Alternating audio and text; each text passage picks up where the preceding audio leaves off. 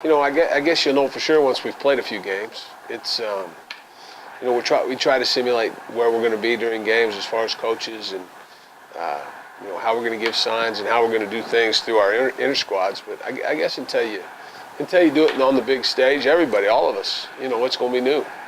It's not good players change. Good players make good coaches, and I'm a firm believer in that. Having coached a few good players, and we just don't have any. What we don't have is we just don't have any older guys that have won here, and that's surely not their fault or their issue. But we don't have older guys saying, "Hey, you really want to go to play in a regional? You really want to host a regional?" They may be saying that, but they haven't done it. So we got to get back in the door. We got to get back in the tournament. We got to get back to the Big 12 tournament, and so people expect it. And so, like you said, that culture is created with our young guys that are older and leading our young guys that aren't here yet. I think we're going to be deeper. I think we're going to have experience that we did not have last year, Division I experience.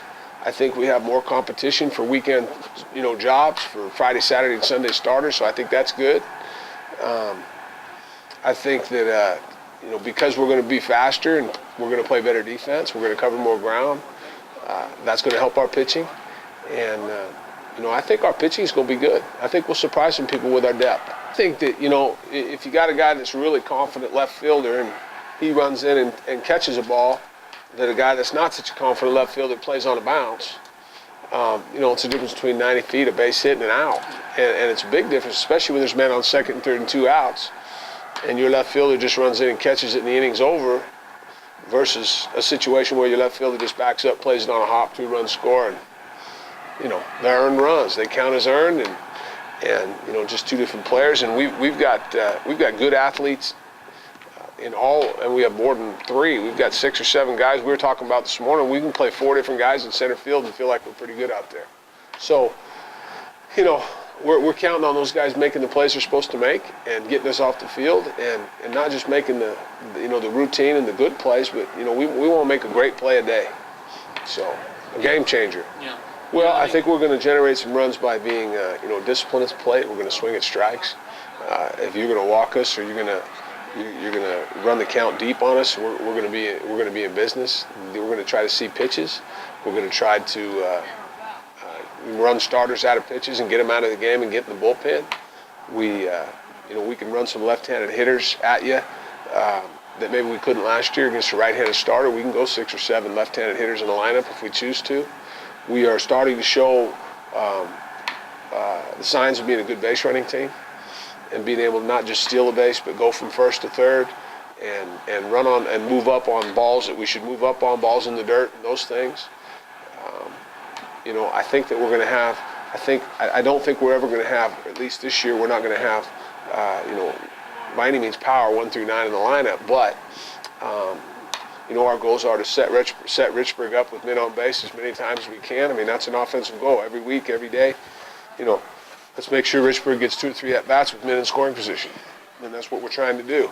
I think Mayo's going to provide us with some power down in the order, farther down in the order. I think Whitehead's going to have some power before it's all over. Mike Reed has some power. Taylor Ashby's going to drive in a lot of runs this year. So I think there's other ways to score. At least I'm counting on it. I'm counting on there being other ways to score.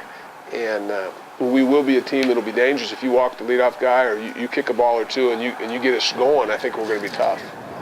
In the Big 12, looking at the deal, it's hard to say. The Big 12 is in one of those cycle years where it's unfortunately maybe for the rest of us, but it's kind of cycled heavy. So, you got 4 teams in the top 10 and 6 in the top 20. And, so my goal, I don't know that my goal is always the same. And I told these guys, hey, we got to win 40 games. This is how you win 40 games. You pitch at the end, you play defense, you score when you're supposed to score. And so that as a 40 is a goal. Whether it's realistic, I think we'll see. I think that we can make some noise in the conference as far as make a jump, obviously, from where we were last year.